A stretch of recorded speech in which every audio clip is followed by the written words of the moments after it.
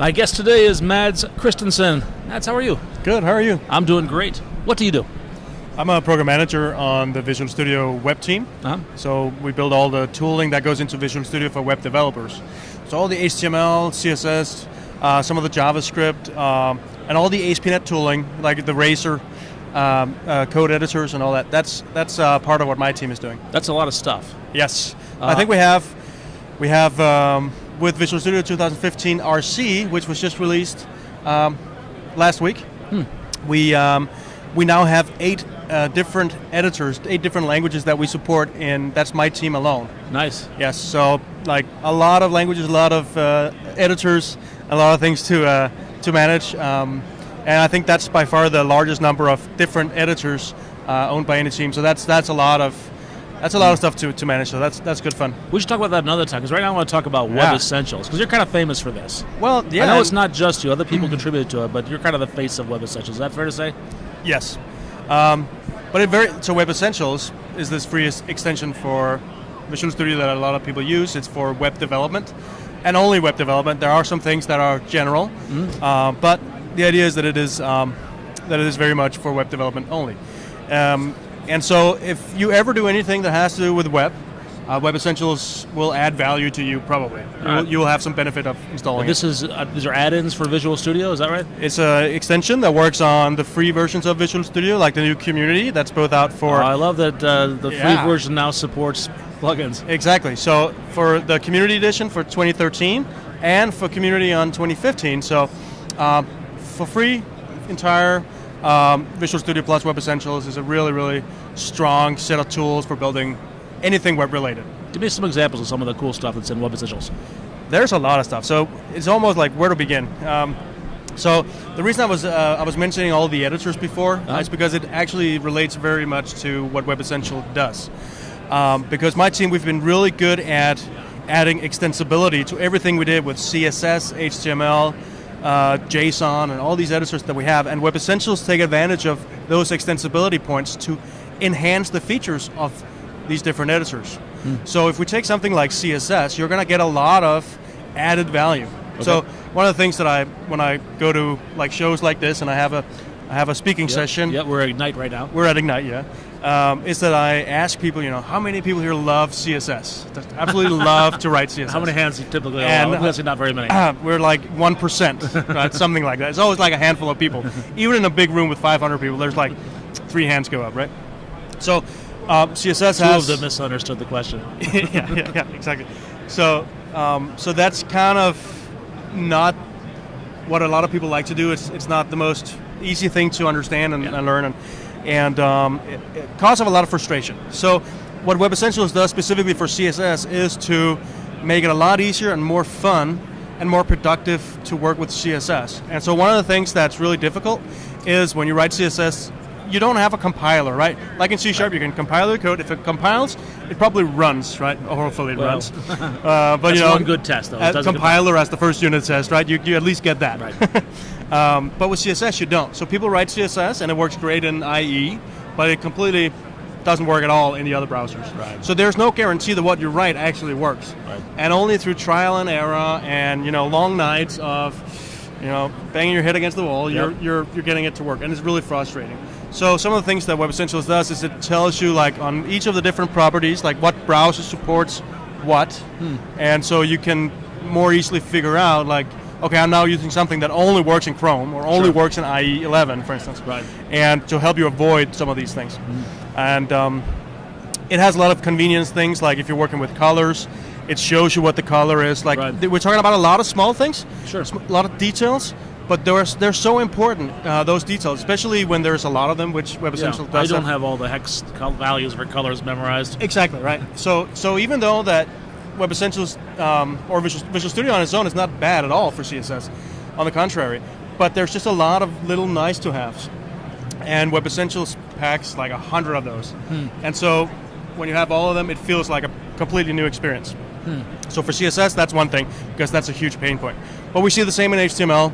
They'd add stuff to JavaScript, and those are the editors, right? It really boosts sort of the productivity of the various languages. Even languages that we don't consider maybe a language. So we have syntax highlighting for a git ignore file. Oh, really? But that's in Web Essentials. Oh. For robots.txt, it provides you IntelliSense, because who remembers how to write a robots.txt? Right. We do it so rarely that we have to go find online what the syntax is and all that sort of stuff. And now you get IntelliSense for that. Small things like that. Or syntax highlighting for the app cache manifest for offline support, HTML5 support. I see. Something you don't do very often, so it's Right. really nice that you get that extra help whenever you have to do it. So it adds a lot of new editors as well, right, for these type of languages. But then it does something else. So it adds sort of a layer on top that's more like general workflow helpers. So let me give you an example. Let's say that you have a website and you're dealing with images, and let's say you have a folder somewhere with some images, and you want to put that into your HTML page, have an image tag. Okay. Like normally what you would do is that you would take that image, right? You would copy it. Maybe that image actually is on a web page you just found. You want to right click it, say copy, then you open paint.net or Photoshop, put it in there, you save it into your project, then you go back to Visual Studio and you add an image tag that references that file. Okay. Like so I'm switching several applications there, a lot of context switching. Yeah, exactly. A lot of context switching and a lot of why doesn't the tooling just help us with that? So what Web Essentials does, if you copy right click in IE or Chrome or whatever, you right click on an image and you say copy, you can just go into the HTML editor and say paste. And it will then prompt you, say, okay, where in your project do you want to save this file? Oh, wow. And you just select where you want it and what you want to call that file, and it creates the image tag for you. I see. Stuff like that. Very nice. They're not specific to HTML, right? You can do the same in CSS. It will add a background image property in CSS. In Markdown, it will add the correct Markdown syntax for that. No, it's smart copy paste like we have in Office. It just knows, okay, this is a CSS. You're going to want a background image. This is a HTML. I want an IMG tag. Exactly. So that's sort of one of those workflows where it's just like it's been annoying forever, and we didn't really notice. And for the people watching this, you might not have noticed that this is something that is annoying, but now you do, right? But now you're creating a demand, and then you're filling it. But it's kind of funny. Like there's a lot of things where we as developers have grown accustomed to going through things that are annoying, or that are not optimal, like workflows. Yeah. And so a lot of the stuff that I do in my current job is to identify what are the workflows that we could do better with, and this is one of them. And so that's with Web Essentials is sort of the playground. Is the browser link, is that part of Web Essentials? Browser link is built into Visual Studio. Oh, that is okay. Web Essentials take advantage of that because it has full extensibility. So Web Essentials expands the functionality of browser link to do other things. All right. Yeah. I have trouble determining what's part of Web Essentials, what's part of Visual Studio. Once it's in there, it just all becomes integrated together. Yeah, so that's because Web Essentials is our playground. So a lot of features start in Web Essentials. So when I have an idea, I will test it out in Web Essentials and iterate on it and get feedback from the community, and maybe someone sends a pull request to tweak it a little bit. Okay. And we iterate over it and have real live feedback. And sometimes it can take a year or even more for that feature to be baked and say, well, now the user experience is perfect. Let's move it into Visual Studio. I see. So we use it as a proving ground and a playground. Some features that goes into Web Essentials never make it into full VS because it either it doesn't solve the problem that we thought it might do, or it did it in a way that's not intuitive. And so we keep baking it. We keep iterating on it. And at some day, we might bring it in. But the idea is that we always bring it in. And so my idea with Web Essentials is that it exists to eliminate it itself, right? When Web Essentials is the most perfect it can be, it no longer exists. Because it means that everything is now in Visual Studio. I see. Right?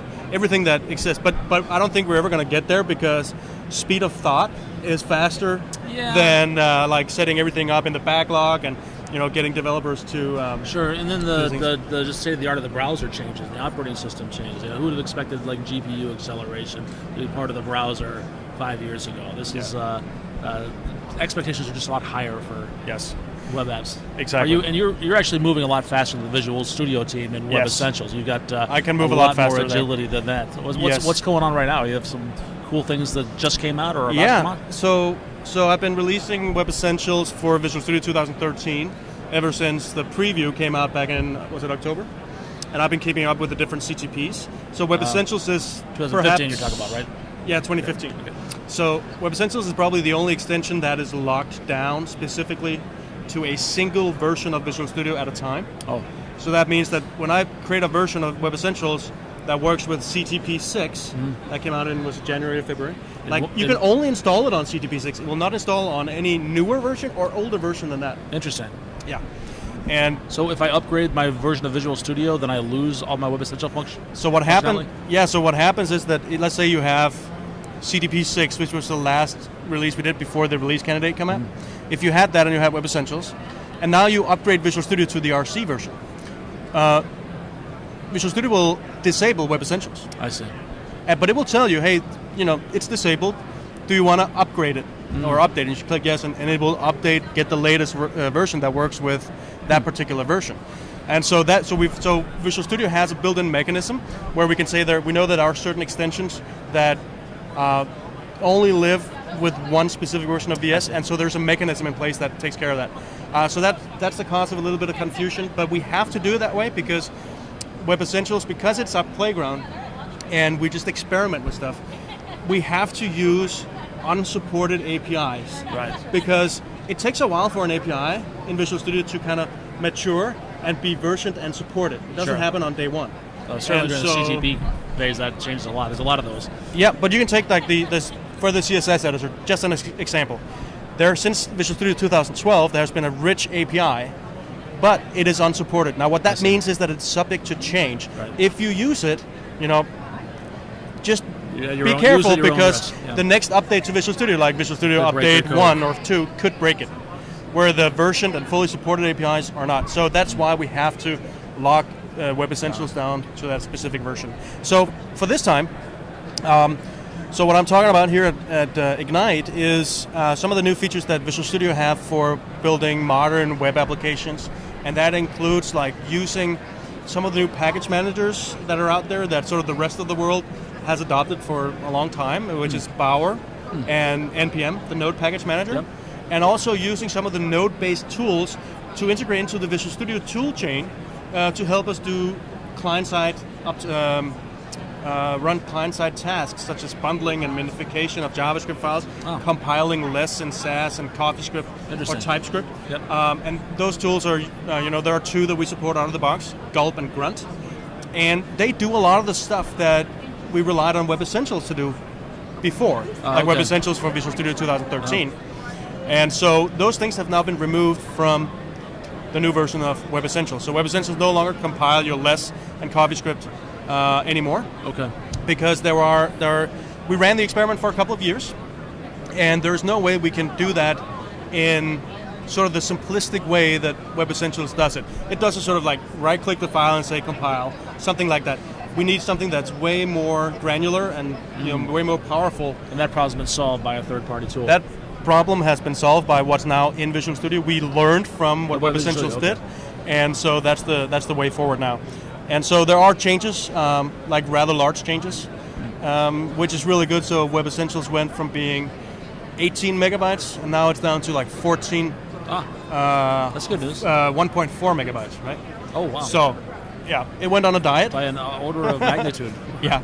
So huge changes, and we've also been rolling in a lot of features. So we've been a little bit more aggressive this time around in rolling features in, or graduating features from Web Essentials into the Visual Studio product itself. So that's really, really great. That's the whole idea of Web Essentials, is that we mature and graduate the features in. So that's really great. So that means that the code base is now slimmer and smaller, easier to understand, much easier for people to contribute to. So we have to remember that Web Essentials is built by the community, for the community, and it's owned by the community. It is not a Microsoft thing. Right. That's super important. Yep. So open source. It's open source, and a lot of people send pull requests, right? And the whole idea is that if you have an idea, pitch it on the Web Essentials issue list. Like, let's have a conversation about it, and let's implement it. Let's try it out. That's the whole point. And so, what's really good about that it's been on a diet now, and it's like a leaner code base, is that it's now easier because it's easier for everyone to understand the code and contribute to it. So. I imagine that we'll have a lot more pull requests and a lot more community activity around the code base now in the new version. Okay, so is there a landing page where people can A, contribute to this open source project, and B, download it and get it into their development environment? Yeah, so I mean, everything Web Essentials. If you go to the website vswebessentials.com, that's where it has links to download, it has links to how to contribute. It will give you like a list of all the features. The feature list I haven't updated for 2015 yet. Okay. Some people have contributed, so some of it is actually there, but it is in no way complete yet. So that's actually one place that people can contribute. Is if they don't want to what's been done. Yeah, if they don't want to go into the learning some of the extensibility stuff in Visual Studio, they can help out with the website itself. And so a lot of people do that, and that's a great way to contribute because everyone wins from that. And there's this. So this is now the 4th version of Web Essentials. There was one for 2010, 2012, 2013, and now the latest 2015. So it's all listed on that vswebessentials.com. Is that the best place to go to learn about Web Essentials, or are there other resources? Yes. That's anything Web Essentials. Go there first. vswebessentials.com. All right. Put a link to it. Yep. Anything else we should cover that we haven't about Web Essentials? I know it's a big product. It's a great product. Well, so Web Essentials is one. There is something. All right. So it's not necessarily Web Essentials, but it's very related. So one of the things that Web Essentials used to do was that it would integrate with other third-party web services and bring those into Visual Studio. So specifically for JSON was a website called schemastore.org, which has like what's called JSON schema. So think about that as XML schema files like XSD. All right. So Visual Studio now have support for that. That means that you get IntelliSense and validation for your JSON files, which is really cool. And so all these common formats like bower.json, package.json, and now with ASP.NET 5, project.json, you get full IntelliSense for all of that because schemastore.org have all those schemas available. Very cool. So you as an end user don't have to go into, and download those schema files and do anything. Web Essentials does automatically light it up. Now in 2015, we have built that in. I see. To Visual Studio. So Web Essentials no longer connect to those third-party services. But what we did do was that on Schema Store, we now have support for JavaScript. So you can actually write JavaScript that augments the JavaScript IntelliSense experience in Visual Studio. Okay. And Web Essentials now uses schemastore.org to move JavaScript files in to light up stuff like grunt and gulp file, React.js, Breeze.js, I see. and jQuery, So this is really for these Angular. frameworks that have. But what's really cool is that that's all open source. So in order for you to contribute, again, if you don't want to deal with Visual Studio extensibility APIs and help with Web Essentials that way, if you can write JSON or you can write JavaScript, you can contribute to schemastore.org, or either Visual Studio or Web Essentials will augment the experience for anyone that has Web Essentials or Visual Studio installed on their box. So that's another great way to not contribute to Web Essentials, but contribute anyway. Right. Yeah. Excellent. Mads, thank you so much. Thanks for having me.